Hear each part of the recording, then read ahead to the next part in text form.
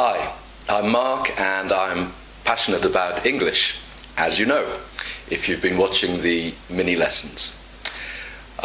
Just to say, passionate, of course, or passion is often connected with man and woman, or could be man and man, woman and woman. But in this case, if you are passionate about something, it means you really love it, you really like it very much. What are you passionate about? Hopefully you are passionate about English, but you could also be passionate about skiing, passionate about learning the bass guitar, passionate about nature, maybe passionate about passion, who knows. Okay, so let's get going and have a look at the first idiom for today.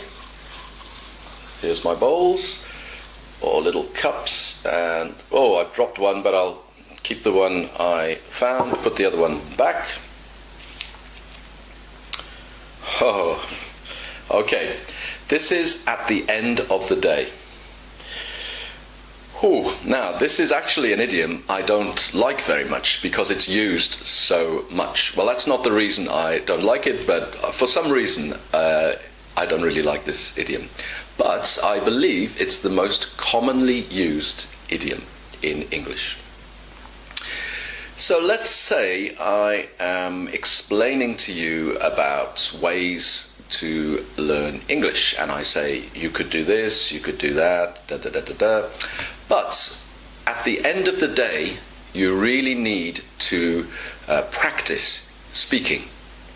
So it means after doing it, or in conclusion, after doing all those other things, the most important thing is to practice speaking your English and practice listening. It doesn't actually mean at the end of the day, at midnight. It just means after everything else, or in conclusion. Let me think, see if I can give you another example. Yes, okay. Again, let's say you've got a job, and again, I keep using this example, but you're not doing very well in the job, and you make mistakes, and your boss isn't very happy with you. So he calls you in to see him, and he says, now look, your work isn't good enough, I'm really not happy with you. And at the end of the day, if you can't improve, I will have to fire you. Okay, so again, he's talking about different things, and in conclusion, or at the end of the day, you need to improve. Okay, I would recommend you look that one up as well, just to be clearer. Okay, so that's that. Let's get a phrasal verb. Of course, some of these idioms, phrasal verbs, collocations you will know already, but by hearing them again, and you will hopefully understand them, and they'll remind you to use them more next time you see them or when you're speaking to somebody. Yeah. Okay, the phrasal verb is to get over, or get over. So, of course, one meaning would be to go, let's say you have a fence and you need to get over the fence. So the fence was so high I couldn't get over it.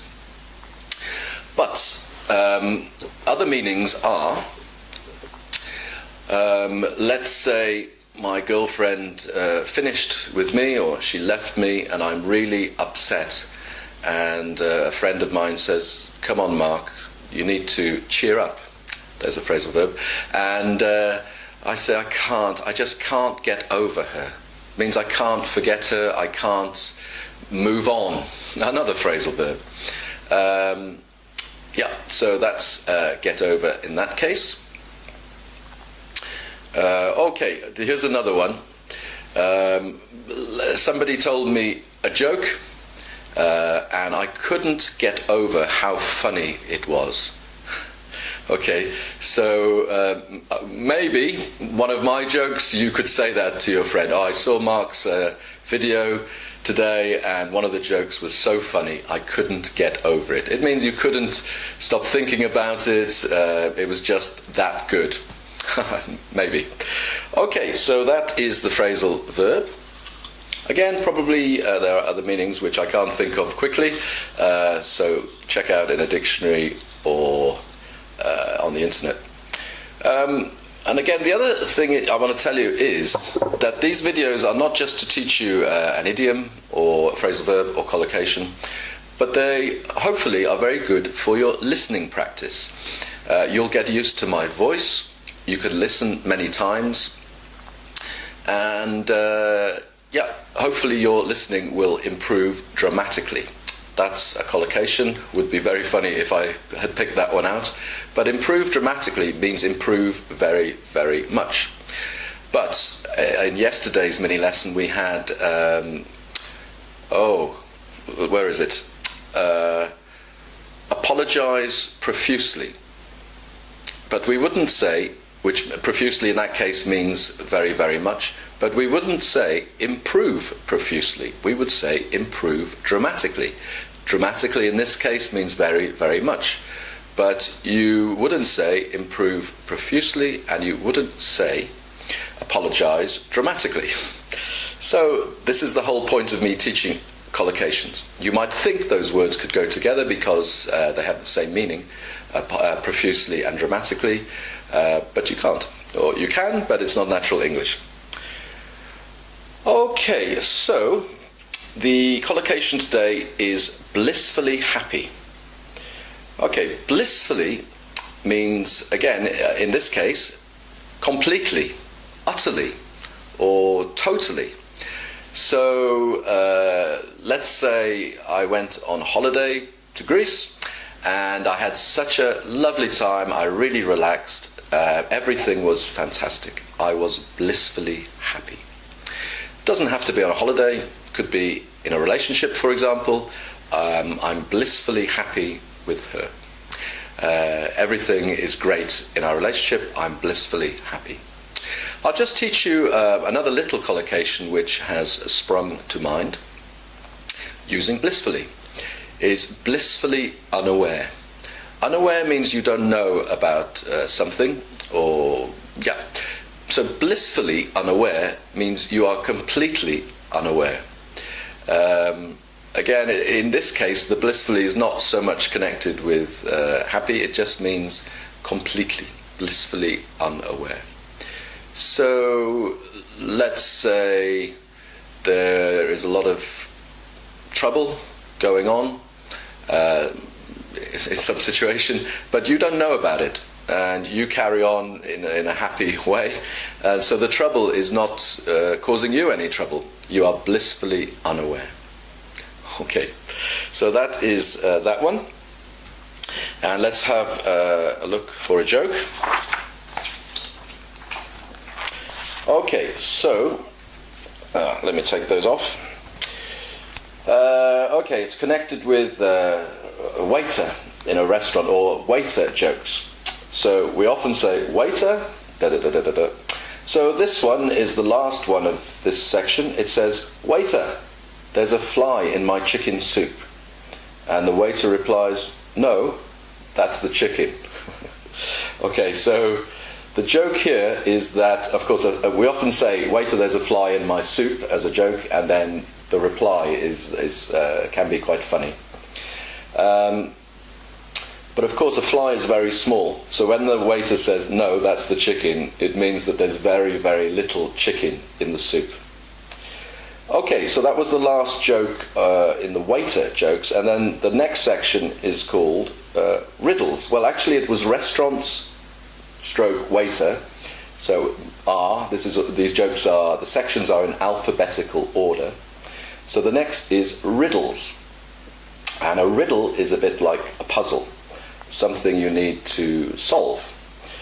So this riddle is, if two's company and three's a crowd, what are 4 and 5? And the answer is 9. Okay, in English we have a proverb.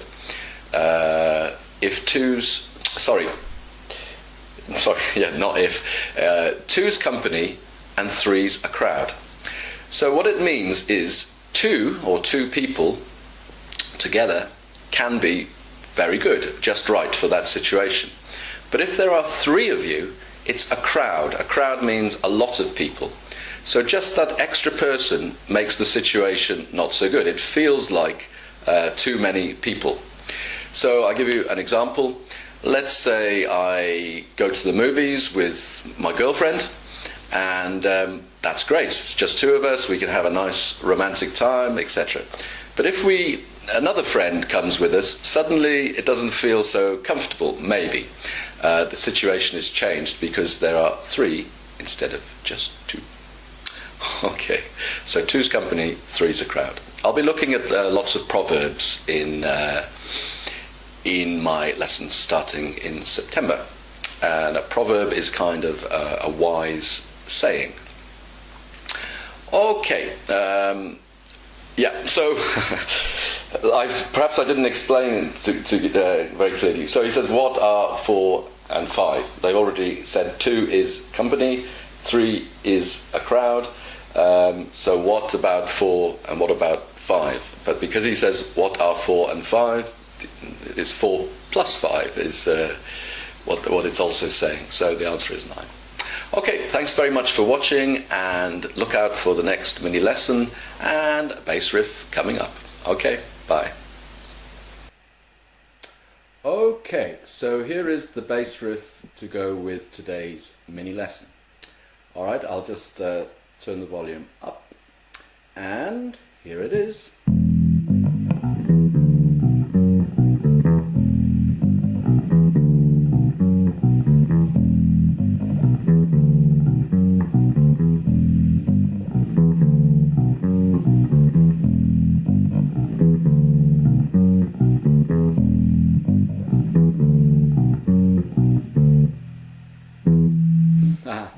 Okay, so that's it. We've had a bass riff from this rather famous group before. I think that's a reasonably easy bass riff for many of you.